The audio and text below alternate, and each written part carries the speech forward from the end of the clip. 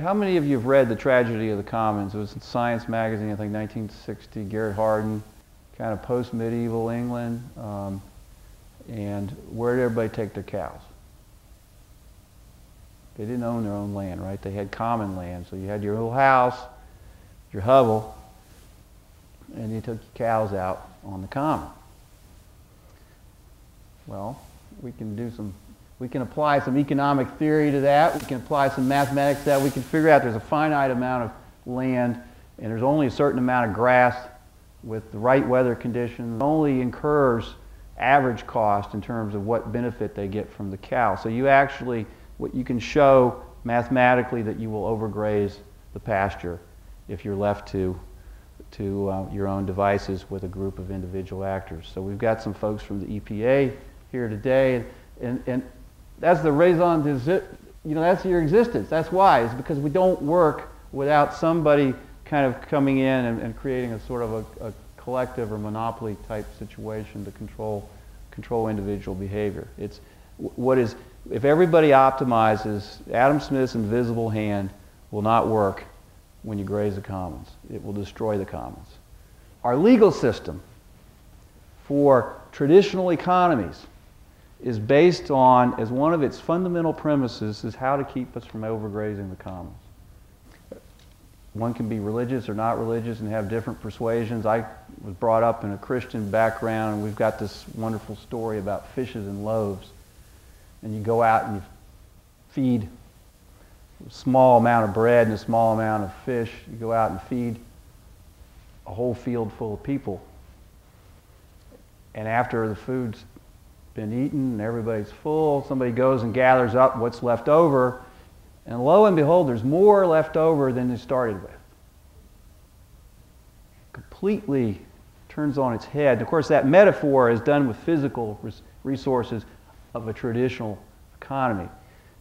However, it was just that. It was really a metaphor. If you think about it in terms of knowledge, which I think is what that metaphor was all about, and I think it transcends any one particular religion, or religion at all, is if you share knowledge and information,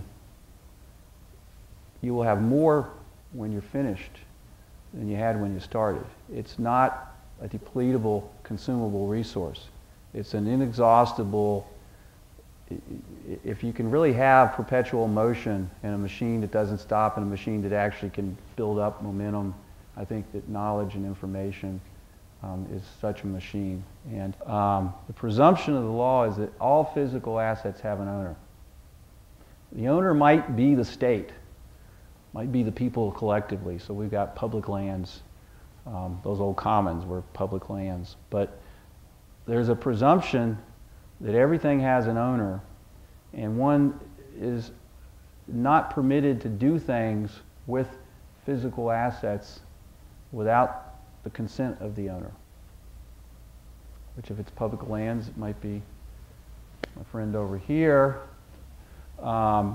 It might even be my friend over here if it's private lands, because we put some restrictions on what you can do with private lands. What presumption does the law make about intellectual knowledge assets?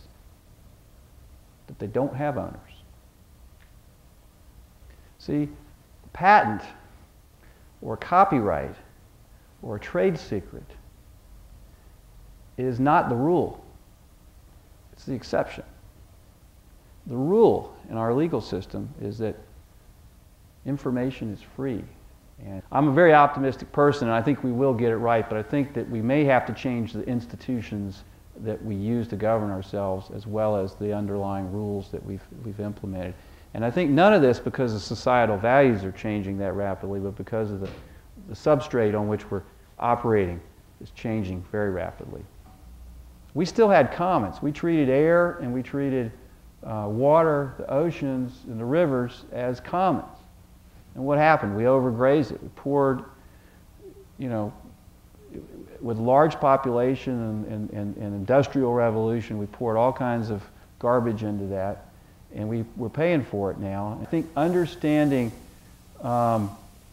digital, which is all that really is digital information about value, is understanding the regulatory classification of digital information and how that implicates what the law does with it or the people that possess it is our big unsolved problem.